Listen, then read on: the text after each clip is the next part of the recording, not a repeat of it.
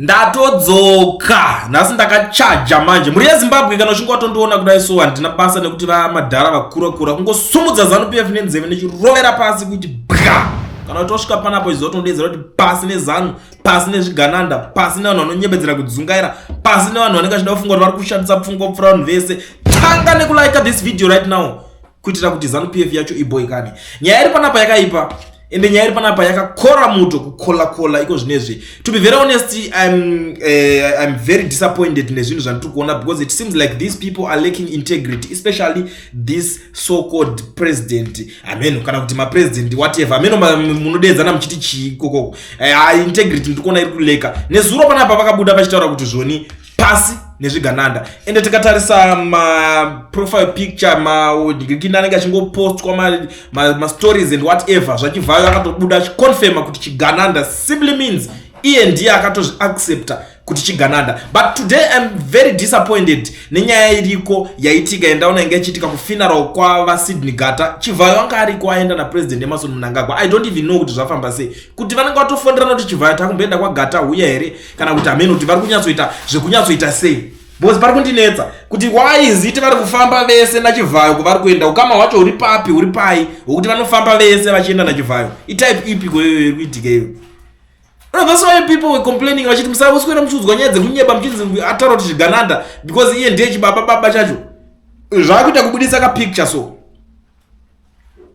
Ende ikoko kwacho kwatovhurwa hombe yakatodarika yekuti uyu Chivhayo akanzi chigananda because inini ndaona iko zvinezvi kutaura kwandi kutoita Sydney Gata atoitwa national hero. Basa raakanyatsoita nderechi tichaonerera panapa. Let me take you to Hopo Chingonosko ya roa panapa so that you have a better understanding of what is happening exactly pane nyaya iyoyi ya Sydney Gata iyoyi. But ndisandasvika ikoko maZimbabweans inzwai kuna vanhu vakawanda vari kuda kuadvertise mabusiness avo. Garai mandibata namba dzangu dzandatoisa pascreen ndzinogara dzakangonzi kulie ndidzodzo munondibata totaurirana ndokuitirai something unozoti handite zvemafundisi iko zvinezvi ndakutora ma-adverts ndakambenge ndakazvisiya because vanhu vanonetsa but iko zvinezvi ndakutora. So contact me panhamba idzodzi munokwanisa kutaura neni inhamba dzestudio. Saka kana uyo kana kutaura neni papo usawanze nyaya chingonanga straight to the point then ndo vadakuudza price yacho kana uri serious kuti ngoya muda kungoita quotation. Anyway, I'm joking. You are free to do my quotations futi neni ndokuonesai kuti zvinhu zvacho zvinenge zvakamira sei. So kuna vanhu vakawanda vari kunetsekana zvekare nekuti toda kuregister makampani, toda kuregister toda kuvhurwa mabhengi muSouth Africa.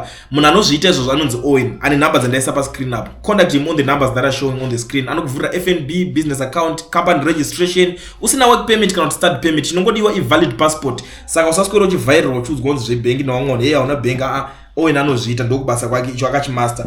Ndegedza tidzoke kune nyaya yezvigananda zviri kunetsa izvo. I think mese muchanzwisisa ipapapa. Manzwiro anosiyana handisi kuzodzokorodza zvangu but I'm glad kuti magara malaika kudhara kana usati hazvazvo musoro wako izvi. So Hopo Chingono ari kuti it is laughable that Dr. Sydney Gata has been declared a national hero, a tragic joke that makes our nation laughing stock. Gata's legacy is overshadowed by corruption, nepotism and mismanagement during his time at Zimbabwe power company ZESA. His reappointment were a reward for political loyalty and family connections rather than competence made possible through close social ties to President Mnangagwa and before that President Robert Mugabe's family. Before his more recent Mnangagwa political ties, he was married to Robert Mugabe's sister Regina. Gata's tenure was reputedly marked by controversy over corporate governance failures and he benefited personally while Zimbabwe's power sector struggled under crippling breakouts and mismanagement. Declaring him a national hero disregards these concerns and cheapens the honor by rewarding politically connected individuals instead of true selfless service of the nation. Zimbabwe corporate sector and political elites will turn up in huge numbers because they are equally corrupt and rotten to the core. They have no principles, worship money, and the man who controls the tape is Mnangagwa. After divorcing Mugabe's sister in 2022, Gata married Angelina Mahele, who is a deputy minister and ZANU-PF MP in Mnangagwa's government and party. His sister Moline is very close friend of the president.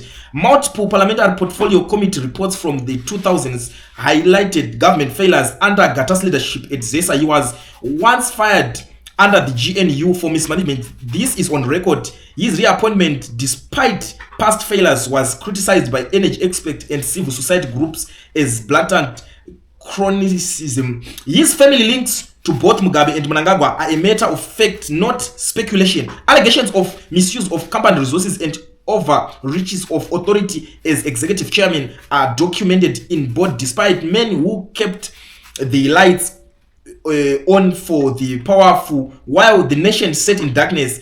Is no hero. He is the reason we stayed in the dark. You cannot call a man a hero when his legacy is power cuts for the people and power deals for the elites. We will put these truths on the record for history to judge, but we know that under Mnangagwa, Zimbabwe has no moral compass. He does not care about the truth because in his Zimbabwe, he is the law.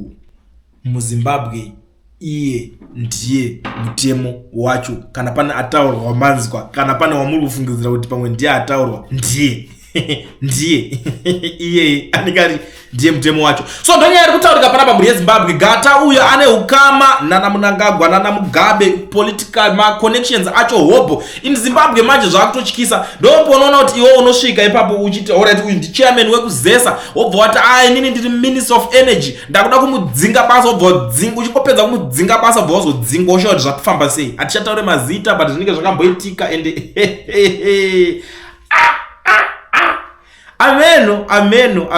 ameno kuti unenge wakati wakakarora sister neMugabe bvona kuti ai manje pado tinotora skill futi ndataenda kunoita ngirikini ukama uyu mukadzi wabva atora ndi MP kupi mu government yani yaMnangagwa yeyo iripo unongoramba connectwa uchingoti ma connections chete ndo ane basa. Zvimwe zvese unakana diri nazvo magetsa adzimwe ku state house adzimwe kune dzimwe nzvimbo anogodzimirwa maZimbabweans chete ma ordinary citizens. Handisi kuti chii kana kuti chii but tingoti kana uchingoti munhu wese ada kungodzimirwa ungodzima kakweseka toona kuti uri serious about what you are doing, but no muno prefer kuti aiwa uku akudzimwe ngatidzimei uku kwamune muchida. It's a topic for another day. Ndichasaura nezvayo but tingota kuti zvorwadza zvinhu izvozvo zvamunenge muchita sei muchiita zvokuti magetsi munotosarudza kuti ava ngativadzimire ava vasare nemagetsi ari on vasare vari munhikirikeni.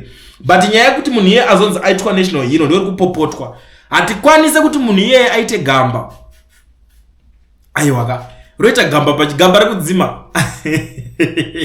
saka toti gamba rekudzima toti kuti because we are confused as a nation for sure kuti ukangwenzi une ukamana ningirikini saka wato ma connections ako zvese zvatobo basa ucharoone mazvo wakungoita zvimwe zviya haini mazimba ini nangu ameno zviri kwamuri ndingoti nyaya dzacho ndo dziripo ini munondodzwa kuti muri kuionawo sei nyaya yacho ndangopfura nepanapo kuti ndingoonesana nemi kuti gata uyo afanga neukama kuti it's like Mnangagwa ngoti ma national hero ihama dzake.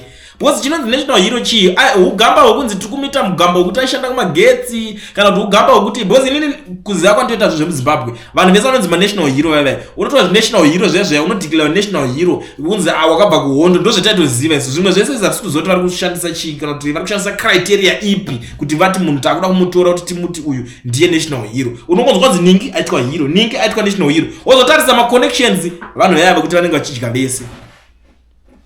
Tozotaura we talk about it but for now ngatimbogumira ipapapo kuti ihama yacho abva aiswa panhingirikini papapa ari hama yacho uyu anga ataura kuti zvigananda chinchi abva aenda kurufu kwacho ane chimwe chigananda saka hatichaziva kuti totrusta zvipi. Tell me what you think in the comment section. Ameno.